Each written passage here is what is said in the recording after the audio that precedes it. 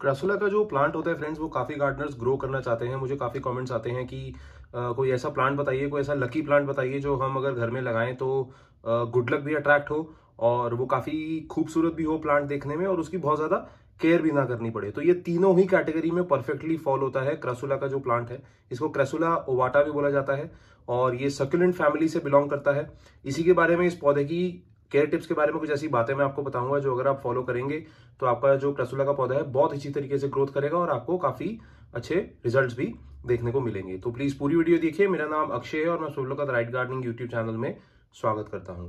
दोस्तों, क्रासुला का जो प्लांट है वो एक लकी प्लांट माना जाता है। इसके फेंग शुई बेनिफिट्स हैं।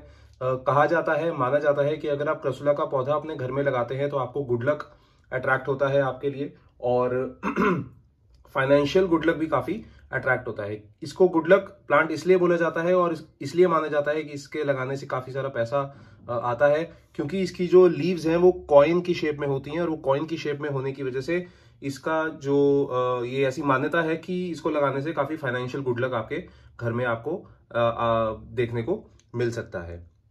क्रासुला वैसे एक जेनेरिक सक्यूलेंट प्लांट की तरह ही है। इसकी केयर बिल्कुल वैसी ही करनी है जैसे आप किसी भी सक्यूलेंट प्लांट की करते हैं, जैसे कि जेड प्लांट। ये जेड प्लांट की फैमिली का ही पौधा है और दूसरे इसके काफी बेनिफिट्स हैं। ये काफी जो एयर प्यूरिफिकेशन प्लांट की तरह भी काम करता है। काफी सारे जो टॉक्सिन्स होते हैं, बेंजीन जैसे टॉक्सिन्स होते हैं एयर में, वो ये प्यूरिफाई करता है और इसका जो ओवरऑल कलर है, इसकी जो लुक है, इसकी जो लीव्स हैं, वो एक कामिंग इफेक्ट भी डालती है आपके ऊपर। अगर आप क्रासुला के पौधों के साथ बैठते हैं, आपके अपने गार्डन में ग्रो करते हैं, तो एक कामिंग इफेक्ट आता है, एक बहुत ही रिलैक्सेशन इफेक्ट आता है वो क्रासुला पौधे के पास होकर।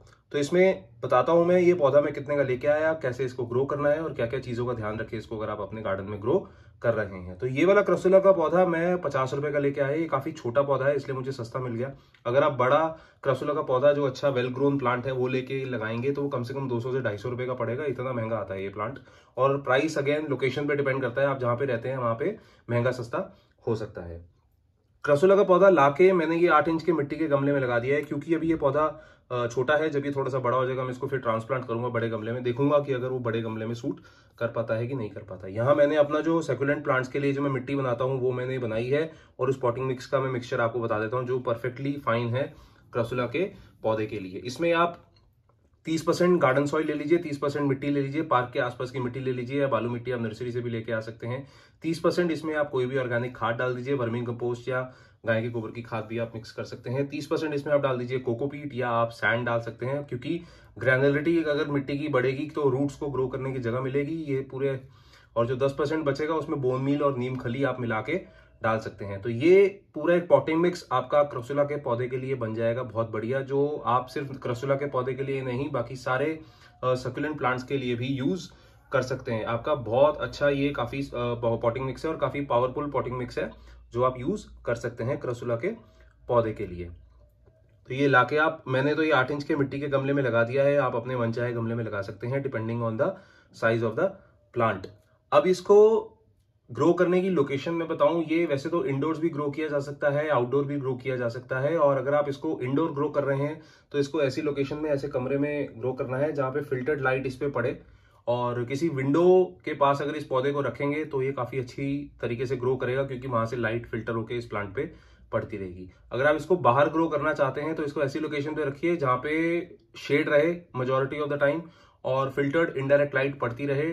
डायरेक्ट धूप और डायरेक्ट ठंड से इस प्लांट को बचाना है। जैसे कि अब सर्दियों का मौसम शुरू होने वाला है तो मैंने इसको ऐसी लोकेशन पे रखा हुआ है जहां पे ऊपर से पाला नहीं पड़ता, ओस नहीं पड़ती लीव्स पे, क्योंकि अगर ओस इसकी लीव्स पे पड़ेंगी तो ये पौधा फिर खराब हो जाएगा। और डायरेक्टली धूप भी नहीं पड़ती क्योंकि ये शेड लोकेशन में पड़ा हुआ है। सुबह की 2 घंटे की धूप इसको मिल जाती है, जो थोड़ी सी मतलब चिलचिलाहट वाली, चुभने वाली धूप नहीं होती जिससे कि प्लांट खराब होता है।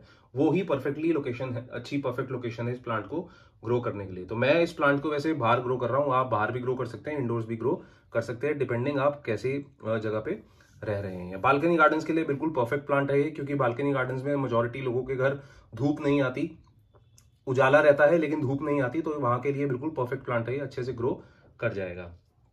अब बात करता हूँ फ्रेंड्स इसकी वाटरिंग के बारे में।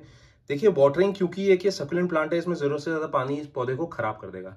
इसकी जो लीव्स होती हैं उसमें ऑलरेडी इतना सारा वाटर रिटेन होता है कि प्लांट को जैसे जैसे पानी की जरूरत होती है वो लीव से ही आपका पानी जो है वो एक्सट्रैक्ट करके अपने वाटरिंग रिक्वायरमेंट्स पूरी कर लेता है। तो इसमें मैं हफ्ते में एक बार पानी देता हूँ और उससे ज़्यादा इसमें प्लांट में पानी की रिक्वायरमेंट नहीं है। इसमें डेली वाटरिंग आप बिल्कुल मत करिए। अगर आप डेली वाटरिंग करेंगे तो इसकी जो लीव्स हैं वो ड्राई होकर गिरनी शुरू हो जाएंगी। आप ये देख सकते हैं ये लीव थोड़ी सी खराब हो रही है। ये तो ये हो सकता है या तो ट्रांसप्लांट चॉक भी हो सकता है या ओवर वाटरिंग की वजह से भी कभी कभी हो सकता है। ओवर वाटरिंग का इसमें रूल आउट हो जाता है क्योंकि ओवर वाटरिंग मैं इस प्लांट पे नहीं करता हूँ। तो ये हो सकता है ट्रांसप्लांट चॉक की वजह से ही पत्ती खराब हो रही है, लेकिन इस तरीके का इफेक्ट ही आएगा अगर आप इस प्लांट में जरूरत से ज्यादा पानी देते हैं। कम पानी इस पौधे को नहीं मारेगा, ज्यादा पानी इस पौधे को मार सकता है। अब बात कर लेता हूं इसके कैसे खाद इस्तेमाल करनी है, कैसे फर्टिलाइजर्स इसमें यूज करने हैं। इसमें कोई भी बैलेंस्ड एनपीके यूज कर सकते हैं आप। 15-15, 19-19 या 20-20 रेशो का एनपीके आप इसमें यूज कर सकते हैं। और अगर कोई ऑर्गेनिक खाद देनी है तो हर 2 महीने में वर्मिंग कंपोस्ट या गाय के गोबर की खाद 1 मुट्ठी आप ऐसे ऊपर ड्रेसिंग के तौर पर डाल सकते हैं और उसके बाद फिर उसमें वाटरिंग कर सकते हैं। अगर लिक्विड फर्टिलाइजर कोई ऑर्गेनिक आपने देना है तो लिक्विड सीवीड एक्सट्रैक्ट आता है जो आप हर 15 से 20 दिन में इसमें यूज कर सकते हैं।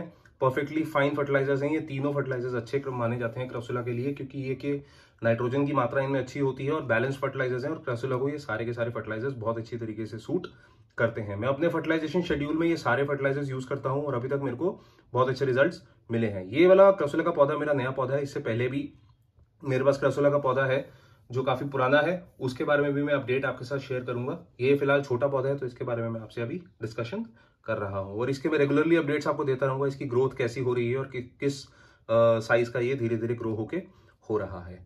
अब इसमें बात करता हूं किस तरीके के कीड़े मकोड़े और बीमारियों का अटैक होता है। देखिए, बीमारियों से अगर आपने क्रासुला के पौधे को बचाना है तो पॉटिंग मिक्स बनाते हुए जैसे कि मैंने बोला थोड़ी सी नीम खली आप डाल दीजिए। वो क्या करती है कि कोई भी जड़ों में अगर फंगल अटैक होने वाला होता है तो आपके प्लांट को बचा लेते हैं।